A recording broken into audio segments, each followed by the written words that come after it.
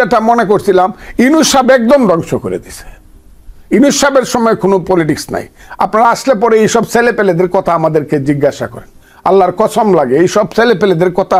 রাজনীতি 1 নম্বর হলে এরা বাচ্চা ছেলেপেলে, এদের বিরুদ্ধে বলতে আমার নিজের শরম লাগে। কারণ আমার বয়স ওদের বাপের চেয়ে 15 বছরের বেশি। ওদের বাপের বয়স কারো 60 বছর, ম্যাক্সিমাম 65 বছর। এরা যারা নেতা, আমার বয়স 77 বছর। কাজে আমি যখন মুক্তিযুদ্ধ করি ওদের বাপই মেচে উঠছিল। কাজে এইসব ছেলেদের সাথে কথা বলতে এবং এরা যে বড় বড় কথা বলে, এদের কথার উত্তর দিতে আমার তো লজ্জা লাগে, খারাপ লাগে। এবং এরা তো দেশটাকে এইদিকে নিয়ে গেছে, যাচ্ছে। এখন মনে হয় এদের কাছে দেশ ছেড়ে দিয়া আমরা হয় পালায় যাই, না দেশ ছেড়ে চলে যাই, অথবা বিষ খায়া মরে যায়। এটা কোন দেশ না। এই দেশটাকে এই জায়গাতে ইউনূস সাহেব নিয়ে গেছে। 3টা জেনারেশন নষ্ট হয়ে গেছে। ক্লাস 9 to 10, 11, 12, এটা হলো একটা school college, honours first year, second year, final year, MA, university. এখন আর কেউ লেখাপড়া করে না, এখন আর কেউ রিসার্চ করে না, এখন আর পরীক্ষা দিতে কেউ স্যারের কাছে গিয়ে পড়ে না। এখন সবাই সমন্বয়ক অথবা এদের দলের নেতা হইতে চায়। কারণ এদের দলের নেতা হইলে 1 বছরে যা রোজগার হবে, ডক্টরেট ডিগ্রি করে 10 বছরও তার রোজগার হবে না। এই লোভে এবং লাভের মধ্যে ছাত্র সমাজ নষ্ট হয়ে যাচ্ছে। সবাই জানে যে এই দলটা করলে পরে টাকা পয়সার কোনো অভাব হয় না। আমি দেখতেছি এই 3 দিন আগে আমাকে একটা জেলা কি বলবো, আচ্ছা কইলে আবার ওদের চাকরি যাবে, 7 জন সমন্বয়ক গেছে, এই কেস নিতে হবে। কি কেস? এই 197 জন মানুষের কেস।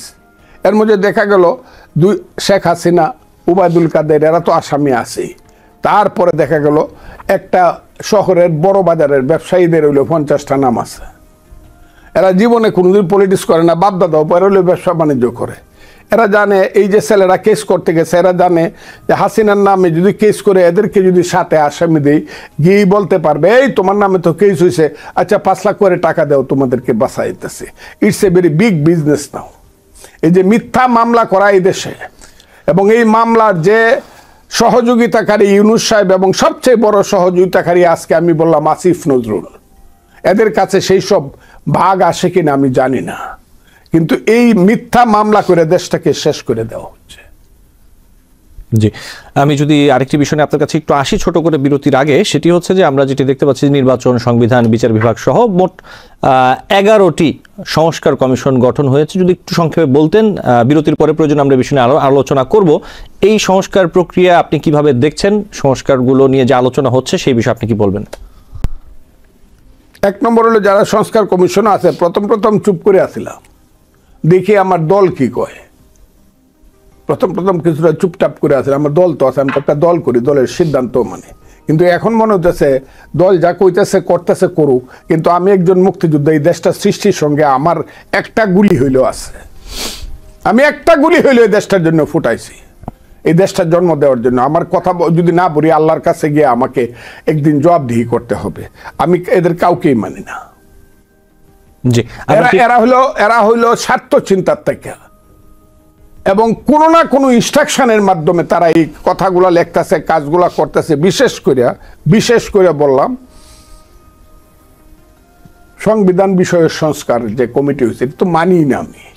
কথাগুলো যেহেতু প্রায় প্রতিদিন আমাকে কথা বলতে হচ্ছে, কাজে আমি প্রতিদিনই এই কথাগুলোর সম্মুখীন হই। এই আন্দোলনের নেতৃত্ব কারা দিয়েছে? এই আন্দোলনের নেতৃত্ব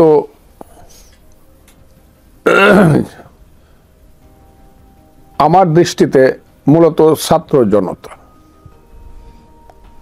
এবং যদি আপনি আরেকটু স্পেসিফিক আমার কাছে শুনতে চান, আমি এই ছাত্র নেতাদেরকে চিনতাম না। এরা এখন দাবি করছে যে তারা হইতে পারে তারাই, কিন্তু এরা আন্দোলনের পরে, আন্দোলনের সময়ই দেখছে আমরা নেতা, কিন্তু এই যে নেতারা বাইরে হয়েছে এরা হইলো আন্দোলনের পরে বাইরে হয়েছে, তারা বলছে আমরা নেতা ছিলাম, শুধু ওই 6 জন বাদে যে 6 জনকে অ্যারেস্ট করা হয়েছে। এই আন্দোলনের প্রত্যক্ষ কোনো লিডারশিপ, একদম আঙ্গুল তুলে যে লিডারশিপ, সেই লিডারশিপ ছিল না। এই আন্দোলনের লিডারশিপ মানুষ দেখতেও চায় নাই, কারণ এই আন্দোলনের যে বীজ বপন করেছিল সেই দলটার নাম হলো বিএনপি। 15 বছর যাবত ওই আন্দোলনের জমিতে বীজ বপন করছে বিএনপি, চারা লাগাইছে বিএনপি, নিড়ানি দিছে বিএনপি, তেল দিয়া পেট্রোল দিয়া পানি দিছে বিএনপি, নার্সিং করছে বিএনপি, খেতে ফসল ফলাইছে বিএনপি, হলুদ করছে ধান। এবং পরবর্তী সময়ে সেই বিএনপি যে বড় গৃহস্থ, সে পিছন থেকে ধান তোলাতে সাহায্য করছে, দাওয়ালরা ধানটা কাটে দিছে। সেই দাওয়ালের পার্টটা প্লে করছে ছাত্র নেতারা বা ছাত্র জনতা। কিন্তু আন্দোলনের মূল যে বিএনপি এবং তার সাথে যে বিরোধী দলগুলো ছিল, ছোট ছোট বিরোধী দল, আমি বলতে পারি গণতন্ত্র মঞ্চ, 12 দল ইত্যাদি ইত্যাদি, অকল্পনীয় ব্যাপারে এই সাহসিকতায় পড়ে। এবং ছাত্ররা, মানুষ হাজারে হাজারে জেলে গেছে, শয়ে শয়ে নিহত হয়েছে, শহীদ হয়েছে, গুম হয়েছে, মামলা খাইছে লাখে লাখ, কিন্তু মানুষ পিছায় নাই।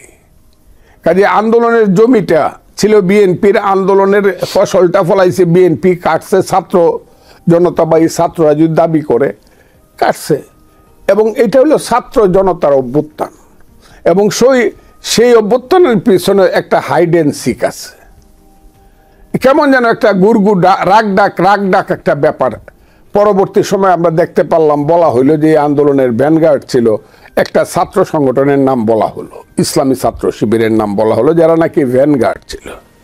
এবং আন্দোলন সাকসেসফুল হওয়ার পরে আমরা দেখলাম জেনারেল ওয়াকার সাহেব নাম বলতে গিয়া বিএনপি চেয়ে 10 গুণ ছোট, বিএনপির আঁচলের নিচে থেকে যে দলটা রাজনীতি করছে, সেই যে দলটা নিষিদ্ধ ছিল, সেই দলটার নাম প্রথম বললো যে জামাতে ইসলামের নামটা 1 নম্বরে বলল। তখন থেকে আমার মাথাতে একটু স্ট্রাইক করছে যে আমরা আম পারতে গিয়ে আমরা পাইলাম কিনা, ফজলি আম পারতে গিয়া, ল্যাংরা আম পারতে গিয়া গাছ থেকে আমরা গাছে উঠছিলাম কিনা। তখন থেকে আমার মনে হয়েছে, এবং তারই পরিণতি হইল, আপনি জিজ্ঞেস করলে আমি বলবো, এই গত 7 মাসের ইউনূস সাহেবের নেতৃত্বের যে সরকার এবং তার রাজনীতি, এই পরিণতিতে আইসা যে 8ই আগস্ট 5ই আগস্ট যে আশা নিয়ে এবং 8ই আগস্ট যে উদ্দীপনা নিয়ে ইউনূস সাহেবের নেতৃত্বে শপথ হওয়ার পরে আমরা যে হাততালিটা দিছিলাম, সেই হাততালিটা এখন কুয়াশা হিসাবে, ধোঁয়াশা হিসাবে দেখা দিচ্ছে, অন্ধকার হিসাবে দেখা দিচ্ছে। জি, এই জায়গায় যদি আমি আপনার কাছে আরেকটি প্রশ্ন রাখি, আমরা যেটি দেখতে পাচ্ছি যে বিশেষ করে নতুন রাজনৈতিক দল যেটি এসেছে, জাতীয় নাগরিক পার্টি, তারা নতুন রাজনৈতিক বন্দোবস্তর কথা বলছে, তারা বলছে জাতীয় নির্বাচনের সাথে গণপরিষদ নির্বাচনের কথা, তারা বলছে সেকেন্ড রিপাবলিকের কথা। এই বিষয়গুলোর আসলে কতটা বাস্তবতা অথবা যৌক্তিকতা আপনি মনে করেন যে বাংলাদেশের বর্তমান প্রেক্ষাপটে আসলে রয়েছে? দেখেন, আওয়ামী লীগের আমলে আমরা 15 বছর বলতাম যে থানাতে হইল ইউনূস সাহেব সভাপতি আওয়ামী লীগের, আর ওসি সাহেব জেনারেল সেক্রেটারি। এ হলো থানার আওয়ামী লীগ, উপজেলা আওয়ামী লীগ। আর জেলা আওয়ামী লীগ হইল ডিসি সাহেব প্রেসিডেন্ট, এসপি সাহেব সেক্রেটারি। শেষ পর্যন্ত তাদের আর কিছু ছিল না, সরকারের উপরে, প্রশাসনের উপরে নির্ভর করেই আওয়ামী লীগকে চালাইতে হয়েছে। এখন তারা যে ছেলেদের যে পার্টি, ছেলেদের পার্টি, এটা তারা যেভাবেই বলুক, এই পার্টির সমস্ত প্রণোদনা, প্ররোচনা, উৎসাহ, উদ্দীপনা সব কিছুর মধ্যে আছে বর্তমান সরকার এবং সরকারের প্রধান উপদেষ্টা জনাব ইউনূসের আশীর্বাদ। এটা একটা কিংস পার্টি। এটার আমাকে ডেফিনেশন দিয়ে বুঝাইতে হবে না, আমি পলিটিক্যাল সায়েন্সের ছাত্র, এটা ডেফিনেশন। এটা হলো কিংস পার্টি। ছেলেরা যত কথাই বলুক, যেদিন তাদের পিছন থেকে লাল কার্পেটটা সরে যাবে, ডিসি সাহেব, এসপি সাহেব, ইউনূস সাহেব, উপরে স্বরাষ্ট্রমন্ত্রী, চিফ সেক্রেটারি বা প্রিন্সিপাল সেক্রেটারি, সিনিয়র সেক্রেটারি বা মন্ত্রী বা ইউনূস সাহেবের আশীর্বাদ যদি চলে যায়, এই ছেলেরা রাস্তা দিয়ে হাঁটতে 7 বার পিছনে তাকাইতে হইব যে আমি যে রাস্তা দিয়ে হাঁটতেছি আমার নিরাপত্তা আছে কিনা। এরা কেউ রাস্তা দিয়ে একা একা হাঁটতে পারবে না, কেউ না। এই ছেলেরা নিজেদের বাড়িতে গেলেও এখন একা একা হাঁটতে পারবে না। এরা এমন ভাবে নিজেদেরকে সরকারের উপরে নির্ভরশীল করে ফেলছে, শক্তির উপরে নির্ভরশীল, রাজনৈতিক শক্তি না, প্রশাসনিক শক্তির উপরে এদেরকে এমন ভাবে নির্ভরশীল করে ফেলছে, এরা নিজেরা এখন বাড়িতে গেলেও হাঁটতে পারবে না, নিজের বাড়ির উঠানো একা একা হাঁটতে পারবে না। এরা ভয় পাবে, আরে বাবারি আমার তো শক্তি নাই। যেমন আওয়ামী লীগের মন্ত্রীরা একসময় এলাকায় যাইতে পারতো না, শত শত পুলিশ নিয়ে যাইতে হইতো। এদের অবস্থাটা এইরকম। এখন এই অবস্থার এই ঘেরাওয়ের মধ্যে থাইকা বড় বড় কথা, হ্যাঁ, একদম উঁচু মাপের কথা, কত রঙ্গে ডঙ্গে কথা বলা যায়। এই ছেলেদের রঙ্গে ডঙ্গের যে কথাগুলা, ইলেকশন, নির্বাচন, ছেলেরা বলে, এখন ছেলেরাই আমি বলি, ছেলেরা বলে শেখ হাসিনার ফাঁসি না হওয়া পর্যন্ত তারা, যদি কেউ ইলেকশনের কথা মুখেই আনা যাবে না বলে ফেলে, বলে তারা। আরেকজন বলে আপনারা আমাদের সাথে থাকেন, আমরা নির্বাচনটা করে দিব, আপনাদেরকে দিয়ে দিব। আরেকজন ওইখানে থেকে আবার দেখলাম যে আমাদের যে স্বাধীনতার প্রতীক সেনাবাহিনীকে খুব থ্রেট করতেছে, আজকে না কালকে দেখলাম। এটা ভুল হইলে আমি খুব খুশি হব, কিন্তু ভুল হবে বলে মনে হয় না। অনেকেই দেখলাম এটা নিয়ে আলোচনা করতেছে। যে ফেসবুকে একজন একটি স্ট্যাটাস দিয়েছেন, সেটাকে কেন্দ্র করে সম্ভবত আপনি বলতে যাচ্ছেন। আমি বলছি এটা যদি মিথ্যা হয় আমি খুব হব। এইভাবে আর্মিকে থ্রেট করিয়া যারা, তাদের শক্তিটা কোথায়? এইসব ছেলে পেলে কারা? What the boy? আমি বলতে পারি কার বাড়ি দেবিদ্বার কুমিল্লা, কার বাড়ি মুরাদনগর, কার বাড়ি পঞ্চগড়ের আটুয়ারি, বাপের নাম কি, কি করতো তারা, পলিটিক্যাল ব্যাকগ্রাউন্ড কি। আমি বোকা মানুষ, আমি অত জানি না, কিন্তু বাংলাদেশের সবাই জানে কিন্তু তারা কারা। গড় আছে, দোয়ার নাই।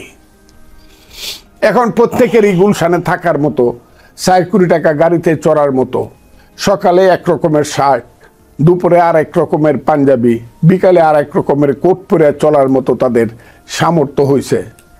যারা এক সময় 10 আনা দিয়া ভাত খাইতো, সূর্য সেন হলের 10 আনা করতেছে, 10 টাকা দিয়া ভাত খাইতো সূর্য সেন হলের অতে ক্যান্টিনে, কষ্ট হইতো, তারা এখন সেরাটনে ইফতার পার্টি খায়। হয়তো বা দেখা যাবে সোনার গায়ে না খাইলে, সকালে নাস্তা না খাইলে তাদের পেট পোষায় না। এই যে রাজনীতিটা শুরু হয়েছে, এই রাজনীতির দেশকে ধ্বংসের দিকে নিয়ে যাবে। রাজনীতি এখন এই দেশে নাই, নো পলিটিক্স। এই দেশে কোনো পলিটিক্স নাই, কথাটা আমি বলে দিলাম। পলিটিশিয়ানরা মারা গেছে। এখন যারা পলিটিক্সের কথা বলে খুব রেয়ার, তারা পলিটিশিয়ান। যারা যারা ফাউন্ডেশন থেকে উঠে আসছে, খেতের থেকে উঠে আসছে, রাজপথ থেকে উঠে আসছে, অথবা মাঠ থেকে উঠে আসছে, অথবা কৃষকের গরিব মানুষের কুড়েঘর থেকে উঠে আসছে, সেই ধরনের পলিটিক্স করে আসে, শ্রমিক বস্তির থেকে উঠে আসছে, আদমজীনগর থেকে উঠে আসছে, গার্মেন্টস ফ্যাক্টরির পলিটিক্স করে উঠে আসছে। এই ধরনের পলিটিশিয়ান এখন আর নাই। গরিব মানুষ, সাধারণ মানুষ, মানুষের সমস্যা এবং তার সমাধানের যে রাজনীতি নিয়ে দিনের পর দিন, মাসের পর মাস, বছরের পর বছর সামরিক বাহিনী অথবা বেসামরিক বাহিনী, স্বৈরাচারী বাহিনীর হাত থেকে পালায় রয়েছে, জেল খাটছে দিনের পর দিন, বছরের পর বছর। এই রাজনীতি এখন অনুপস্থিত এই দেশে, এটা নাই, এটা শেষ করে দিছে। এবং আমরা